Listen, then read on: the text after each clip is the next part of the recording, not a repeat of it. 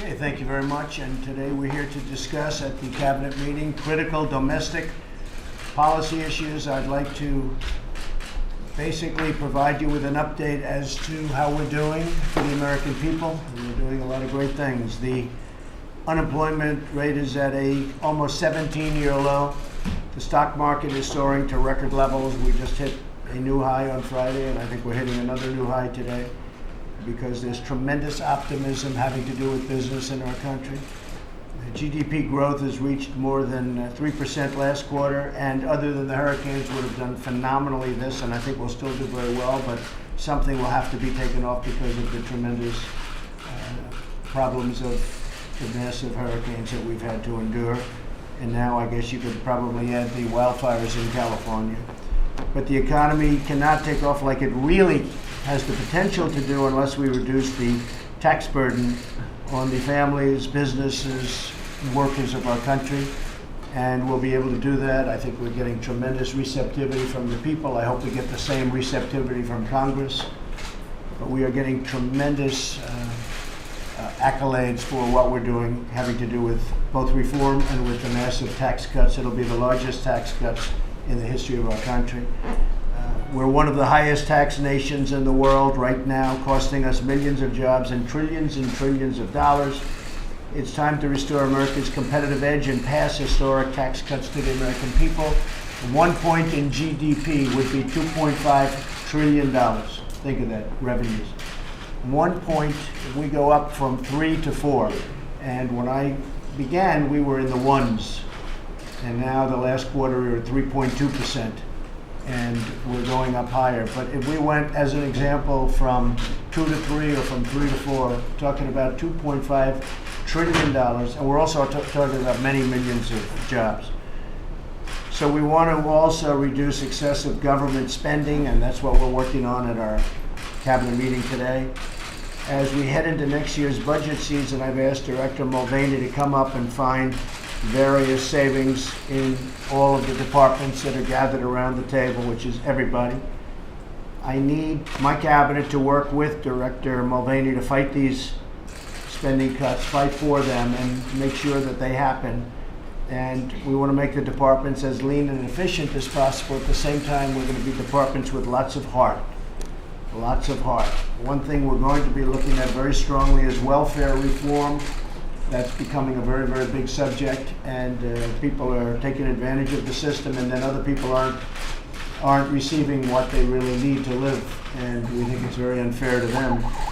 But some people are really taking advantage of our system from that standpoint, and we are going to be looking very, very strongly, therefore, at welfare reform. It's going to be a very big topic under this administration, and it started already, and we have a lot of recommendations that we're going to be making, and you'll be hearing about them very shortly. The other thing we're doing that relates to people's lives is the prescription drug prices are out of control.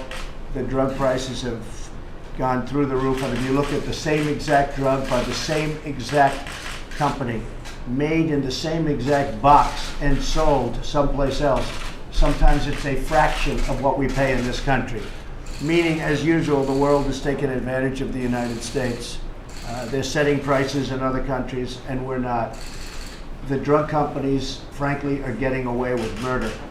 And we want to bring our prices down to what other countries are paying, or at least close, and let the other countries pay more, because they're setting such low prices that we're actually subsidizing other countries.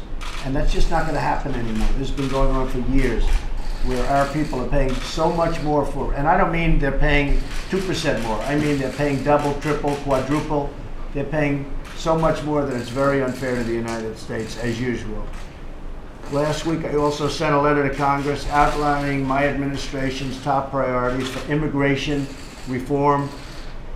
This was a bottom-up effort driven by dedicated law enforcement professionals, and they took a big oath to protect our nation. The Justice Department is doing a fantastic job on the border and with regard to immigration, more than anyone's ever seen before from a Justice Department. Thank you very much, Jeff. It's really had an impact, and a very positive impact, and now we're going to take it to 5 steps further. Our proposal closes dangerous loopholes and vulnerabilities that enable illegal immigration, asylum fraud, and visa overstays. The visa overstays are just, you're talking about numbers that nobody even knows what they are. They're so out of control. And we're going to take care of that. When you look at what's going on in Mexico, Mexico is having a tough time right now in terms of crime. More than ever, we need the wall. We have drugs pouring through on the southern border. They're literally pouring through, and we have to have the wall. We're going to have the wall.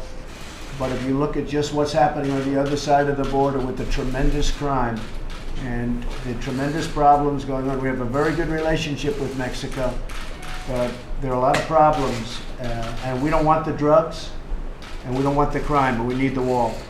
Crucially, we've asked Congress to ensure that any proposed immigration reform ends chain migration. One person comes in and then brings everybody in his family in with him or her. And we have to end chain migration, which is critical for creating a system that puts American workers and the American taxpayer first. Last Thursday, I proudly nominated Kirstjen Nielsen to serve as Secretary of the Department of Homeland Security. I urge the Senate to quickly confirm this really tremendously qualified nominee. And I also asked for my other nominees. We have approximately half the number of nominees confirmed by the Senate because, frankly, the Democrats have terrible policy, terrible, and they're very good at really obstruction. The one thing they do well, their policy's no good, and I'm not even sure they're very good politicians because they don't seem to be doing too well. That could be because of their bad policy. But they're great at obstruction. And we have half the nominees that President Obama had at this time. It's very unfair. They're taking everybody right after the final moment, in many cases confirming them with tremendous majorities. But they're bringing them out purposely. They're bringing them right down to the final. We have people that are totally qualified. They're going to pass, but they're going to have to wait a long time because it's total obstruction. I can say the same thing with our judicial nominees, our judges. We have some of the most qualified people. The Wall Street Journal wrote a story about it the other day, that this is some of the most qualified people ever, and they're waiting forever online. And it shouldn't happen that way. It's not right and it's not fair. I want to thank Acting Secretary Elaine Duke for her leadership in responding to the catastrophic storms that have struck our nation and our territories. We've also issued a disaster declaration in California in response to the devastating wildfires like we've never seen. And we mourn the terrible loss of life. We have FEMA and first responders there. We have our military helping. It's very sad to watch how fast, how rapidly they move and how people are caught in their houses. It's an incredible thing, caught in their houses. So we have a lot of people helping government in California, and we've made a lot of progress in the last couple of days, but we're a little subject to winds and what happens with nature. But it's a very, very sad thing to watch. We also continue to pray for the victims of the mass shooting in Las Vegas. We cannot erase the pain of those who lost their loved ones, but we pledge to never leave their side. We're working with them very much so with the FBI and law enforcement, Department of Justice, and I guess a lot of people think they understand what happened, but he was a demented, sick individual. The wires were crossed pretty badly in his brain, extremely badly in his brain, and it's a very sad event. In each of these tragedies, we've witnessed, however, tremendous strength and heroism of our people. Each one of these tragedies that we've had, we have witnessed such strength and such heroism. When Americans are unified, no destructive force on earth can even come close to breaking us apart. We have a lot of work to do on behalf of our magnificent country and our extraordinary citizens. A great trust has been placed upon each member of our cabinet. We have a cabinet that there are those that are saying it's one of the finest group of people ever assembled as a candidate, as a cabinet, and I happen to agree with that. Of course, I should agree with that. But I think we have an extraordinary group of people. around this table. This is a tremendous amount of talent. And I wouldn't say I was necessarily looking to be politically correct, although I ended up being politically correct because that was the right thing to do. In every sense of the word, however, we have just gotten really, really great people. I'm very proud of them. So we're going to work on all of those things I just outlined and many more. We have the Iran deal that right now is being studied, and I think a lot of people agreed with what I did. I feel strongly about what I did. I'm tired of being taken advantage of as a nation. This nation has been taken advantage of for many, many years, for many decades, frankly, and I'm tired of watching it. But the Iran deal was something that I felt had to be done, and we'll see what phase 2 is. Phase 2 might be positive, and it might be very negative. It might be a total termination. That's a very real possibility. Some would say that's a greater possibility. But it also could turn out to be very positive. We'll see what happens.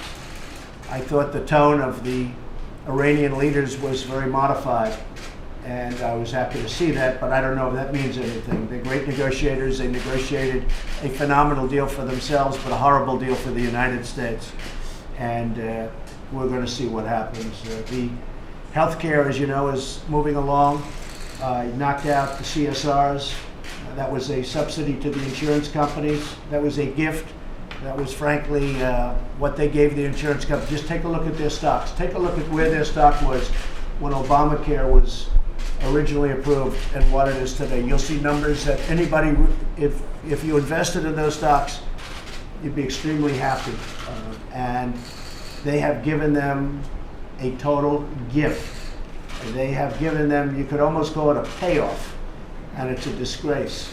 And that money goes to the insurance companies. We want to take care of poor people. We want to take care of people that need help with health care. And that's what I'm here to do.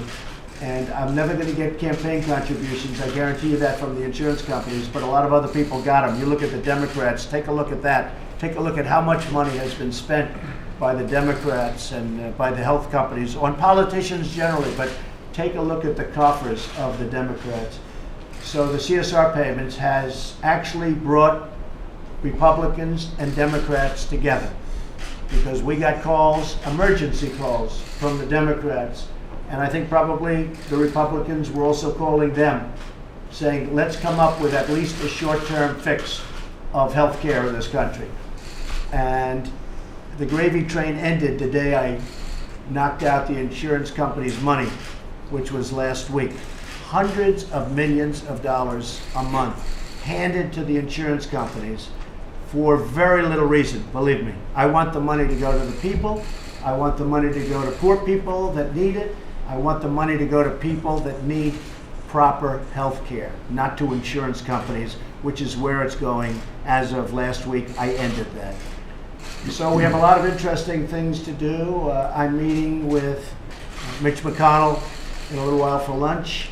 I think we're going to say a few words on the steps after that. I know you won't have any questions. And pretty much that's it. Enjoy yourselves, folks, and I'll see you out there with Mitch McConnell. Thank you very much. Mr. President, do you agree with Steve Bannon's war on Mitch McConnell and the Republican establishment? Well, Steve is very committed. He's a friend of mine, and he's very committed to getting things passed. I mean, look, I have, despite what the press writes, I have great relationships with actually many senators, but in particular with most Republican senators. But we're not getting the job done. And I'm not going to blame myself, I'll be honest. They are not getting the job done.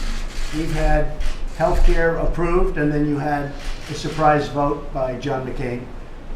We've had other things happen, and they're not getting the job done.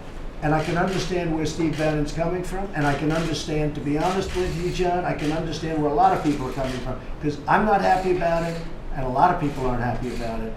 We need tax cuts. We need health care. Now, we're going to get the health care done. In my opinion, what's happening is, as we meet, Republicans are meeting with Democrats because of what I did with the CSRs, because I cut off the gravy train. If I didn't cut the CSRs, they wouldn't be meeting. They'd be having lunch and enjoying themselves, all right? They're right now having emergency meetings to get a short-term fix of health care, where premiums don't have to double and triple every year like they've been doing under Obamacare, because Obamacare is finished. It's dead. It's gone. It's no longer, you shouldn't even mention, it's gone. There is no such thing as Obamacare anymore. It is and I said this years ago, it's a concept that couldn't have worked. In its best days, it couldn't have worked. But we're working on some kind of a short-term fix prior to the Republicans getting together, maybe with some Democrats. Again, it's obstruction, but maybe with some Democrats to fix health care permanently. So I think we'll have a short-term fix with Republicans and Democrats getting together.